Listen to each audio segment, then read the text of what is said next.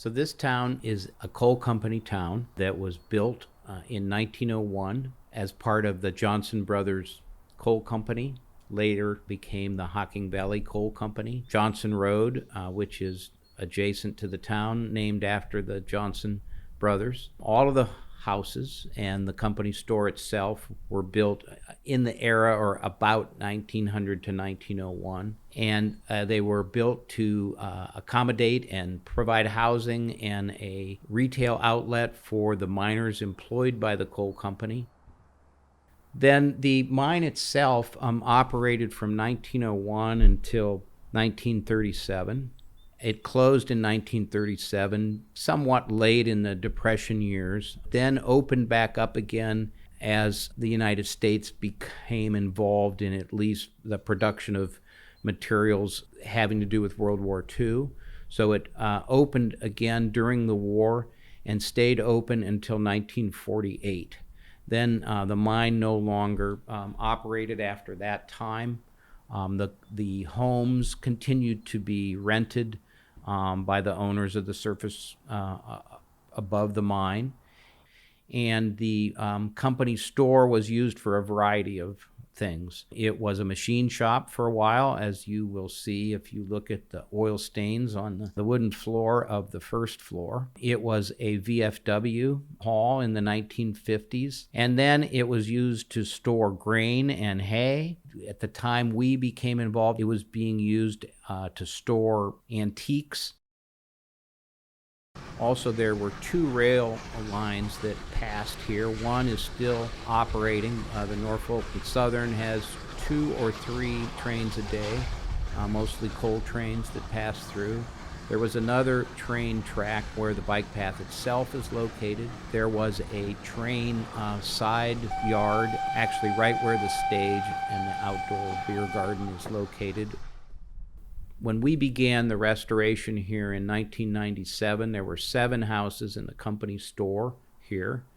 There were 14 more houses up above Johnson Road, where near a 2-story brick building, which is now the headquarters for Rural Action. That 2-story brick building was previously a farmhouse. During some portion of the mine's opening and operations, it was an office for the mine, and surrounded by the company houses that were up there, most of which were the 4 square houses like the one we're in today, but with several what they call shotgun houses. There were also 2 houses right at the entrance or the junction of Johnson Road and Route 33. You can see a little driveway there that went to the 2. There were also residential spaces within the company store itself. On the second floor, there are 2 small rooms at the front. Each one was for a married miner, no children. The company store also had, prior to our restoration, a falling down side building, which was the paymaster's station.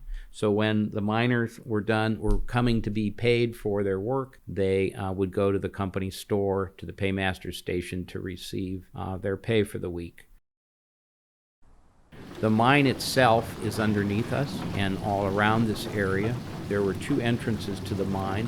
One is across what's now Route 33 on the River Road, and that was where the tipple entrance was, where one went straight down into the mine. Near that tipple entrance, which is now gone, are 2 buildings that remain from the mine. One is the wash house, and it is a ceramic tile glazed building. There's another warehouse building there as well that is still standing, brick and ceramic tile. Our original inspiration was the formation of the Little Cities of Black Diamond, and prior to that, and its own inspiration from the book by Ivan Tribe, and our being interested in coal mine heritage, which is so prominent in the history of southeastern Ohio.